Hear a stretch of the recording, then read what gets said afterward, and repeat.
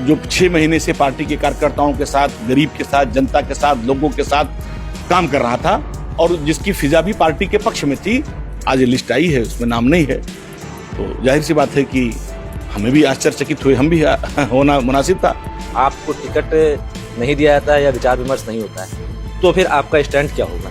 नहीं, हम उसके मिलने के बाद फिर उसमें आपसे वार्ता करेंगे। श्रावस्ती मैंने तैयारी की है, मैंने श्रावस्ती पर ही सारा हमारा फोकस है अभी। नमस्कार, गोंडा पोस्ट पर आप सभी का एक बार फिर से स्वागत है। मैं हूं विशाल सिंह। जैसा कि आप सभी रूबरू हैं कि पूरा देश, पूरा प्रदेश चुनावी माहौल में डूबा हुआ है। पार्टियों द्वारा लगातार प्रत्याशियों की घोषणा की जा रही है, लगातार सूची भी जारी की जा रही है। तो ऐसे में आज समाजवादी पार्टी द्वारा एक ताजा सूची जारी की गई। हमारे साथ इस समय मौजूद हैं गोंडा के पुराने नेता जो कि बहुजन समाज पार्टी में भी रहे हैं। शुरुआत में वो यहाँ पर ब्लॉक प्रमुख का चुनाव लड़े, जीते, उस पर भी स्थापित रहे। कई बार उन्होंने यहाँ से विधानसभा चुनाव भी लड़ा और लोकसभा का भी चुनाव उन्होंने निर्दल लड़ा। नाम है मसूद खान। कटरा विधानसभा से बिलोंग करते हैं, क्षेत्रीय राजनीति करते हैं, पुराने नेता हैं।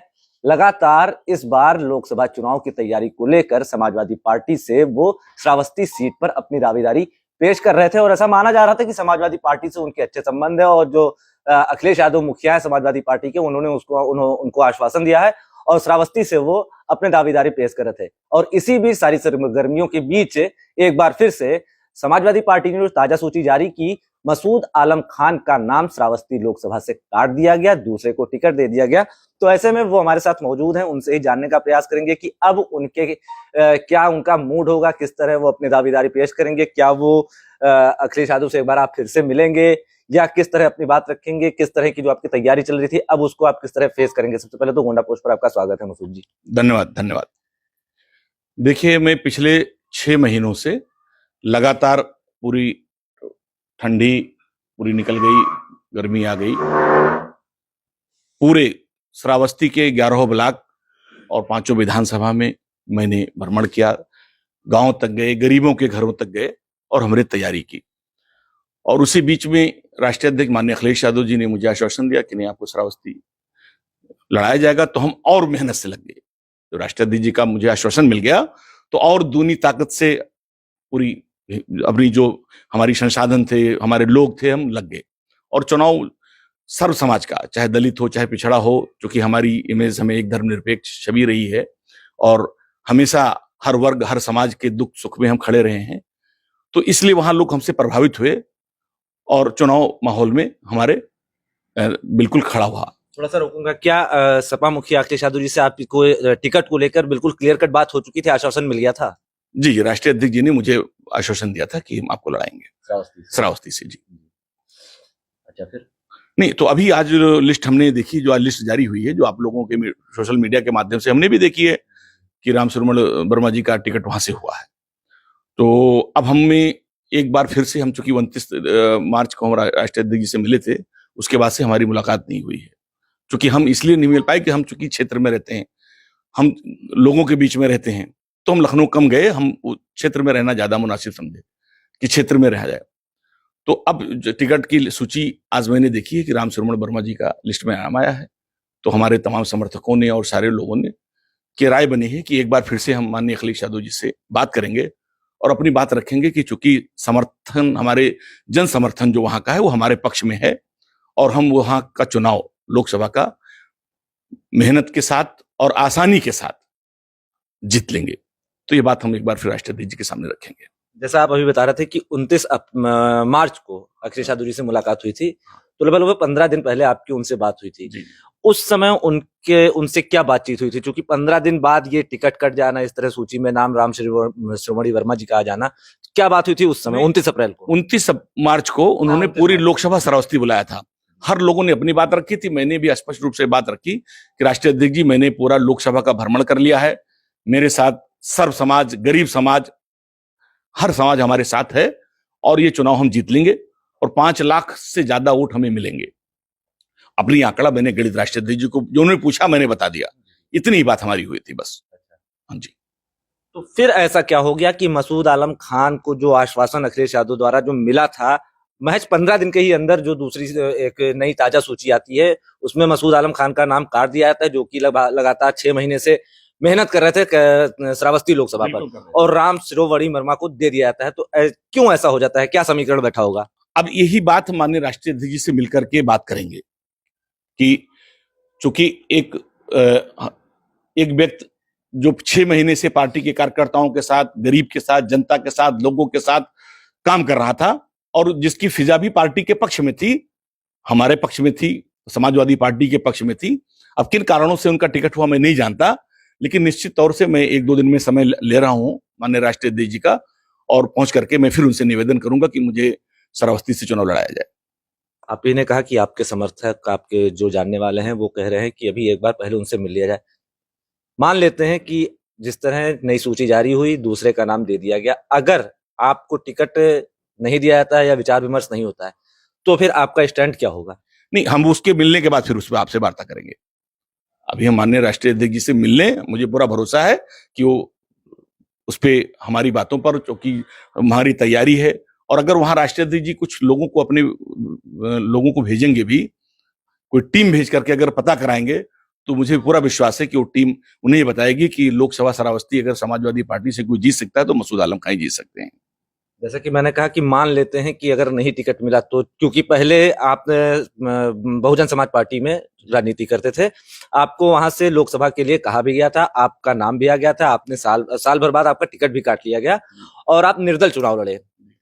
क्या माना जाए कि इस बार फिर से निर्दल या किसी अन्य पार्टी से देखने को मिलेगा? कहां से? नहीं, अभी ऐसा अभी किसी दल से लड़ने का या किसी पार्टी से लड़ने का अभी मेरा कोई विचार नहीं है। अभी हमारा सिर्फ विचार अपने दल में है। हम अपने दल के प्रति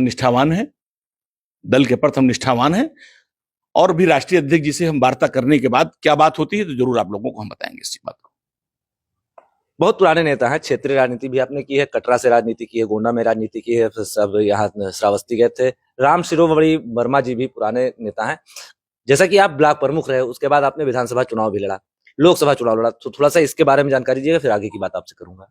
देखिए, मैं 10 साल वहां से हल्दर से ब्लॉक प्रमुख रहा। कटरा विधानसभा 12 में लड़ा, बहुत कम मतों से हम एमएलए का चुनाव हार गए। 2020 में 29 दिसंबर को हमने सपा ज्वाइन किया। माननीय राष्ट्रीय अध्यक्ष जी से, अखिलेश यादव जी से हमारी बात हुई, तो उन्होंने कहा कि बगल की सीट कैसरगंज है, तो यहां से आप छोड़ दीजिए, तो श्री बैजनाथ दुबे जी यहां लड़ जाएं। 20 साल से वो कैसरगंज सीट जो है वो समाजवादी पार्टी हार रही थी विधानसभा की, 20 साल से वहां नहीं जीती थी, तो आप वहां लड़ लीजिए। तो हमने कहा ठीक है, हम तैयार हो गए। हमने कटरा छोड़ दिया, हम कैसरगंज चले गए। कैसरगंज 20 साल से सपा वहां नहीं जीती थी। हमने पूरी मेहनत के साथ चुनाव को खड़ा कर दिया। जब चुनाव को खड़ा कर दिया, राष्ट्रीय अध्यक्ष जी ने मुझे टिकट दे दिया, हमने नामांकन कर दिया। नामांकन के बाद हमारा टिकट कट गया। टिकट कटने के बाद भी मैंने राष्ट्रीय अध्यक्ष जी के भरोसा उन्होंने मुझे दिया, उनके भरोसे पर हमने पार्टी को वहां जिताने का काम किया। उस समय क्या भरोसा दिया गया जब आपका टिकट काटा गया? उस समय क्या भरोसा? उस समय तो यह थी कि सरकार बनेगी तो आपको सम्मान दिया जाएगा। सरकार बनी नहीं तो कोई बातें नहीं थी, है ना। उसमें तो सरकार बनेगी तो सम्मान दिया जाएगा। तो उसमें हमने वहां पर समाजवादी पार्टी का 20 साल के बाद विधायक बने, जिताने का काम किया। 20 साल के बाद समाजवादी पार्टी का विधायक था। फिर जब लोकसभा का आया तो मैंने राष्ट्रीय अध्यक्ष जी से बात किया, मिले, फिर चलना शुरू किया। चलने शुरू के बाद में राष्ट्रीय अध्यक्ष जी ने कहा कि नहीं ठीक है, आपको हम लड़ाएंगे, आप अच्छा लड़ रहे हैं, अच्छा मेहनत कर रहे हैं, आप प्रत्याशी होंगे।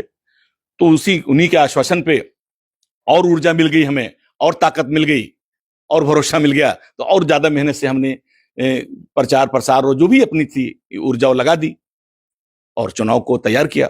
आज ये लिस्ट आई है, उसमें नाम नहीं है, तो जाहिर सी बात है कि हमें भी आश्चर्यचकित हुए, हम भी होना मुनासिब था।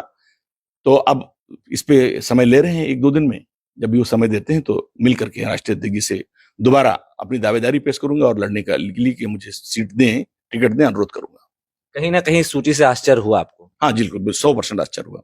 मुझे नहीं था कि ऐसा होगा। जैसा कि आपने ही बताया कि कैसरगंज में आप पार्टी के साथ खड़े हुए, पार्टी के प्रत्याशी को जिताया, तो इस बार क्या माना जाए कि टिकट नहीं आया है, तो जैसे कि अभी आप अपने पत्ते तो खोल नहीं रहे हैं, लेकिन श्रावस्ती में क्या करेंगे तब?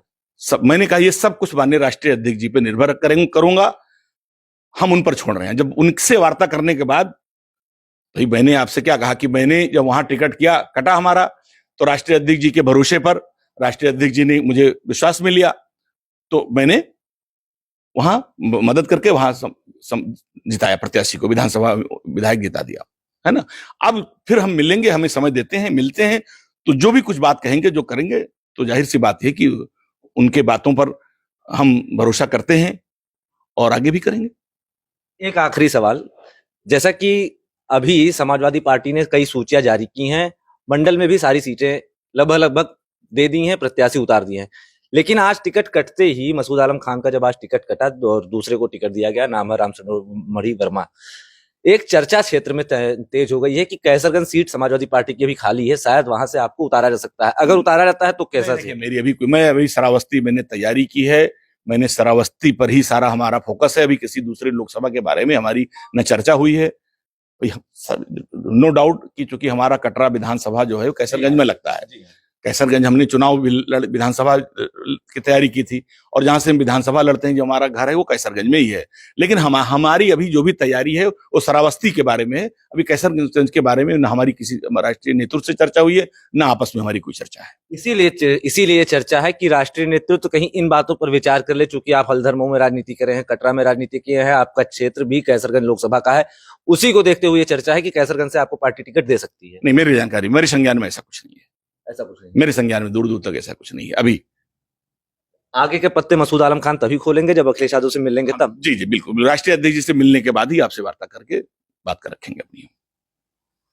तो ये थे हमारे साथ से मसूद आलम खान, जो कि लगातार श्रावस्ती लोकसभा से दावेदारी अपनी पेश कर रहे थे। जैसा कि इन्होंने साफ तौर पर बताया भी कि राष्ट्रीय अध्यक्ष अखिलेश यादव से जब इनको आश्वासन मिला कि हाँ श्रावस्ती से आपको टिकट दिया जाएगा, तो इन्होंने लगभग 6-7 महीने से अपनी तैयारी शुरू कर दी। वहां पर ये रोजाना जमे थे और उनका कहना था कि वहां के सभी वर्गों का उन्हें साथ मिल रहा था, तो कहीं ना कहीं इस सूची से इनको भी आश्चर्य है। और इन्होंने अभी तक ये नहीं साफ किया है, इनके पत्ते अभी बंद हैं। इन्होंने यही कहा है कि राष्ट्रीय अध्यक्ष अखिलेश यादव से मिलने के बाद जो भी बात सामने आएगी उसके बाद ही अपना स्टैंड क्लियर करेंगे। कहीं ना कहीं कैसरगंज को लेकर जो बात हो रही है, कैसरगंज सीट पर ना तो अभी भाजपा ने पत्ते खोले हैं, ना ही समाजवादी पार्टी ने पत्ते खोले हैं। तो देखना दिलचस्प होगा कि अब यहां पर राष्ट्रीय अध्यक्ष से मिलने के बाद मसूद आलम खान का क्या स्टैंड होगा और कैसरगंज को लेकर समाजवादी पार्टी का अपना क्या स्टैंड होगा। तमाम ऐसी राजनीतिक खबरों के लिए 2024 के इलेक्शन को देखते रहिए, किस तरफ 2024 का इलेक्शन जा रहा है और क्या क्या मतदाताओं के मत होंगे, किस मुद्दों पर नेता को लड़ेंगे। तो गोंडा पोस्ट आपको लगातार इन सारी खबरों से रूबरू कराता रहेगा। बने रहिए गोंडा पोस्ट के साथ।